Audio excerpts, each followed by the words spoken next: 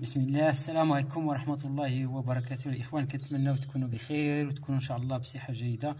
اليوم إن شاء الله حبيت نتقاسم معكم واحد شوية ديال المعلومات على واحد النوع ديال الحجر، ديال حجر التورمالين الأسود. وكاين اللي كيلقاه تيصحاب واش حجر نيازك الخوت، يعني صراحة هو اللي شافو أول مرة وما عندوش يعني معلومات عليه وما كيعرفوش يقدر يصحاب واش حجر نيازك.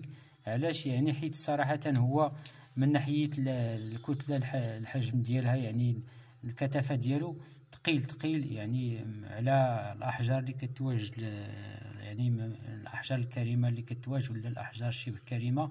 الحجر التورمالين الخوت يعني كيمتاز بواحد الكثافة اللي غادي إن شاء الله نحاولوا، يعني قبل ما نقولوا شحال نشوفوا يعني الطريقة باش نخرجوا الكثافة ديالو، ونعرفكم على يعني الشكل ديالو كيفاش كيكون باش تعرفوا الخوت. يعني حيت راه كاين عدد ديال الناس، كاين عدد ديال الخوت كيشوفوا تيصحابوا واش نيازك، وصراحة هو كيشبه النيازك حيت عنده واحد اللون يعني اسود غامق بزاف، تقدر تلقاه يسحبك واش نيازك.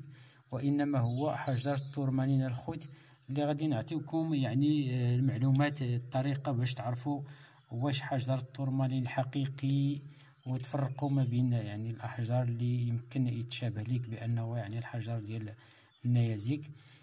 أول حاجة الخوت غادي نعبروا الكثافة ديالو اللي كما شرت لكم، يعني قلت لكم بأن الكثافة ديالو كتزوج يعني أكثر من الأحجار ديال بعض الأحجار الكريمة.